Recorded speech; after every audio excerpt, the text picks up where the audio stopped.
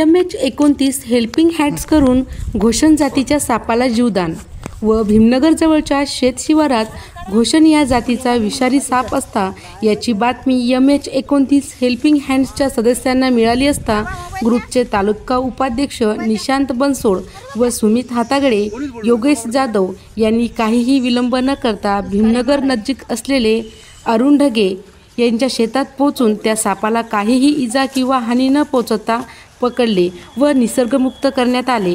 हा भारतात सर्वत्र आढळतो, तरी कुठेही साप किंवा वन्य प्राणी आढळून आल्यास निशांत बनसोडे यांना संपर्क करावा। त्यांचा मोबाईल क्रमांक 9527 68 27 79 हा आहे।